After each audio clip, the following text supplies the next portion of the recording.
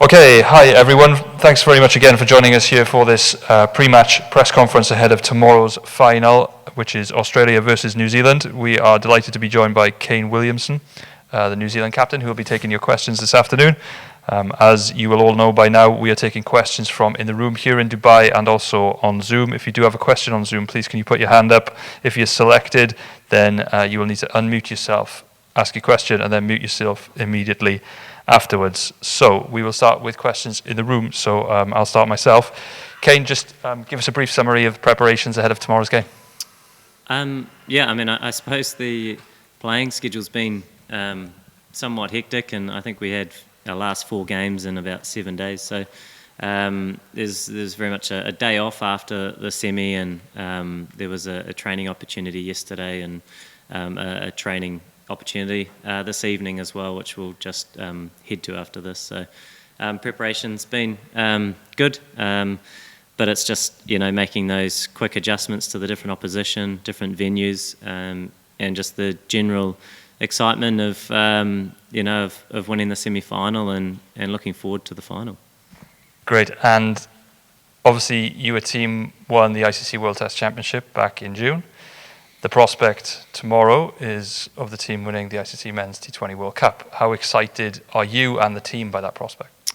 Yeah, it'd be some achievement, but where it stands at the moment is there's a game of cricket to play, and for us it's focusing on that and focusing on our cricket, and looking to go out there and implement those things that are important to us. So that is very much where we are at the moment.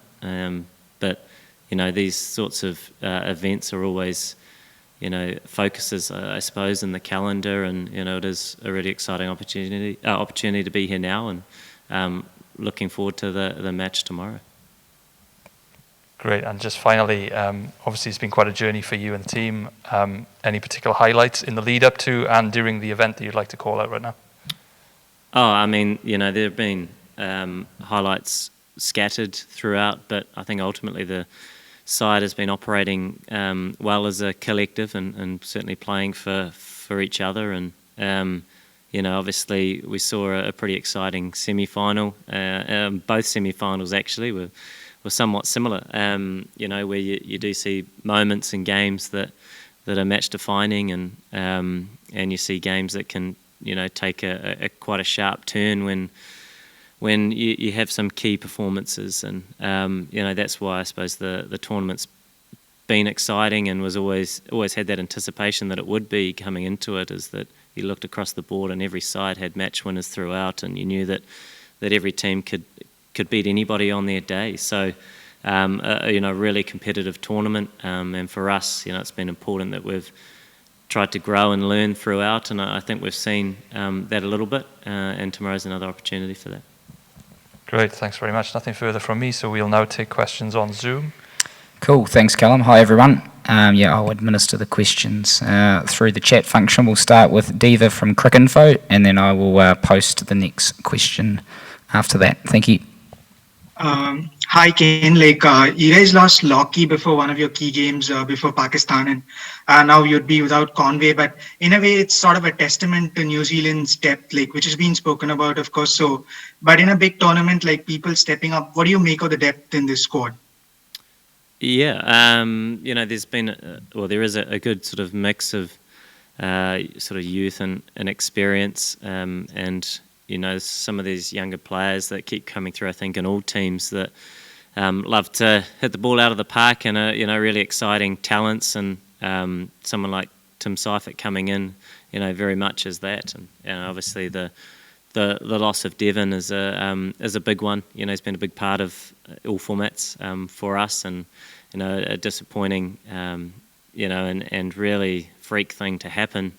But for us it's keeping our focus on the task, and all the players are really excited at the opportunity tomorrow, and to go out and like I say, try and improve, adjust to what will be new tomorrow as well, which is a different opposition at a different venue. And lastly from me, Adam Zampa has been a big threat this tournament, and I believe when you played him at the Tolerance Oval as well, he picked quite a few wickets. So in terms of how much of the planning has gone into sort of countering Zampa? Yeah, I mean, Adam Zampa's a world-class bowler, one of the top in the world, and complemented nicely by obviously some of the top seamers in the world. So, as a side, they've got a lot of match winners, and, I think that's, a large part of the strength in their team throughout. They've got world-class cricketers, and, for us, we want to bring our focus to the cricket that we want to play, and make sure that that's the most important thing. And go out there and enjoy the occasion and take it on in our style. Good evening, Skipper. Niharika this side. My question for you is that New Zealand has played a lot of cricket against Australia, starting from this year in the T20 series and in the warm-up match of the World Cup as well. So, playing Australia this year, is that an advantage for you guys that you know Australia so well? And also, can you sum up that how this final means to you and to New Zealand cricket overall? I think I heard some of that, but I think when you play each other, I suppose both teams get a reasonable look at one another. So probably or not too many advantages to either side, except that we do play each other and have done so recently on a number of occasions and had some really good contests. And it's great that obviously we're playing our neighbour, over on the other side of the world in a World Cup final. And a really exciting prospect for both teams. Oh, okay, yeah. I suppose it's always a bit of a journey, and as a side, you're always trying to improve and grow. And it's been great that it's been the case over a period of time, and we've sort of seen it in a snapshot here at a tournament where the team has managed to make steps forward and improve as a side, and I suppose that's reflected in where we sit at the moment. But having said that, that challenge is going to be there, and will continue to be there. So we're looking forward to the occasion tomorrow. But yeah, it's another match and another opportunity for us as a team to go out and play our cricket.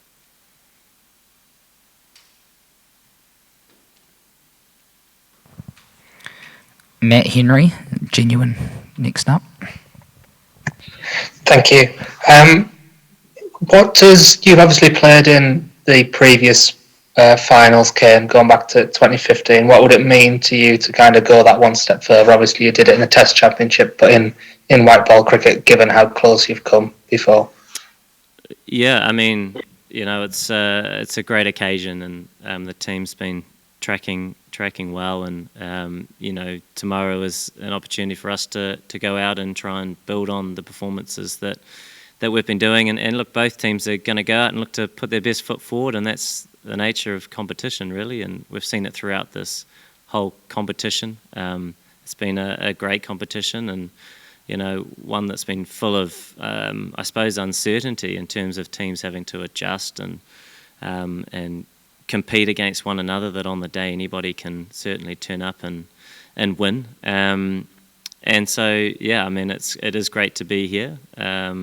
Like I say, a reflection of a lot of hard work, but tomorrow's a one-off match, and for us, it is trying to make those small adjustments again and keep the focus, really close and what it needs to be. And the team's really looking forward to the occasion. Hi Kane, best of luck for the finals. I just wanted to ask, are you someone who's really big on matchups? Because in the semi-final against England, Mitchell Santner just bowled 1 over. Yeah, I mean, there's definitely a little bit of that, certainly in this format when it's so condensed that, the game's sort of full of small margins. So there's a little bit of that and a little bit of gut feel, I guess, in terms of, I think often we've been at venues and there's been short sides and, sort of different powered players, I suppose, coming out in different positions, and you're trying to make those adjustments as you go. And it was just sort of the case that's what happened in the last game.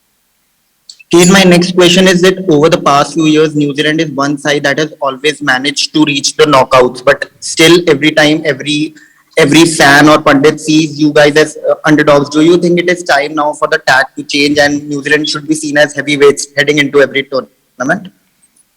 I mean, look, it sort of doesn't have a lot to do with us, really. We, focus on our cricket, try our best, and want to keep improving as a side. The different tags and or whatnot, that's not really something that we control.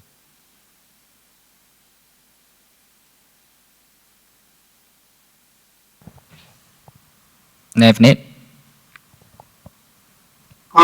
Again, Australia-New Zealand rivalry is a long-standing rivalry. What makes this rivalry so special? And what are you most looking forward to in this rivalry tomorrow? I suppose the fact we're sort of neighbours creates a bit of that in a number of different sports as well. It's and we play each other on a number of occasions. Naturally, it's a little bit easier to fly across to each other's countries and compete, and certainly in recent times with the COVID restrictions that have been going on, that's been something that's happened more frequently. So it's always a great competition, great occasion when we play each other. So both teams I think are really excited at that prospect tomorrow. Hi, you said a little bit earlier that you wanted to go out there tomorrow and enjoy the occasion and take it on in your style. Could you just define your style for us, please? Probably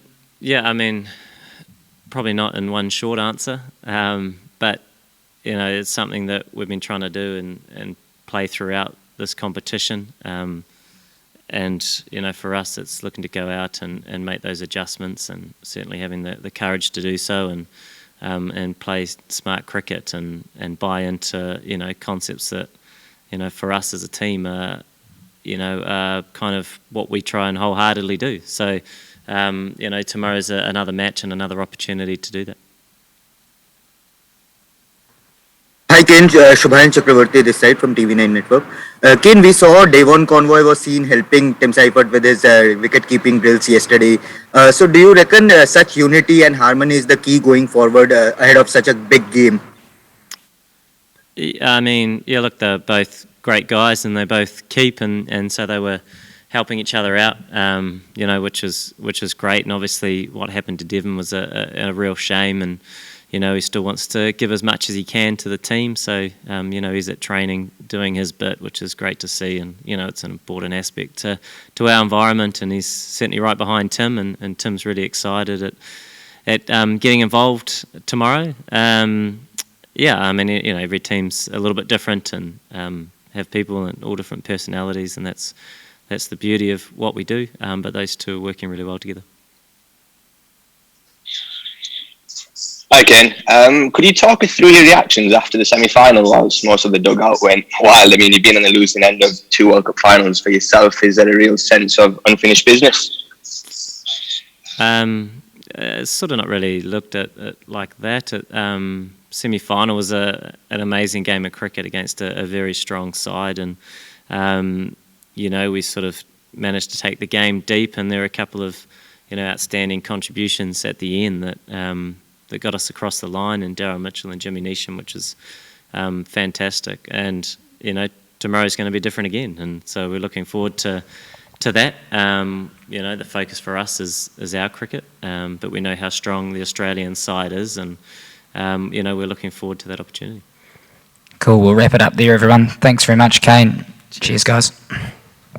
Thanks very much for your time, guys. Thank you, Kane.